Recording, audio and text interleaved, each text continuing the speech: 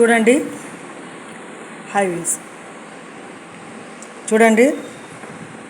ఈరోజు మంచి బాస్మతి బియ్యం రైస్ అంటే బిర్యానీ తెప్పించాను హోటల్ నుంచి. చాలా మంచి కర్రీ ఇచ్చినాడు. ఆ తర్వాత పెరుగు చట్నీ ఇచ్చినాడు. మంచి ముక్కలు మంచి ముక్కలు ఇచ్చినాడండి. మసాలాలు బాగున్నాయి. చాలానే ఇచ్చినాడు, పర్వాలేదు అంత మటుకు.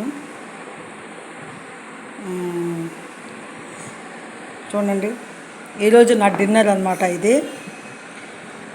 Please like my channel, subscribe చేయండి.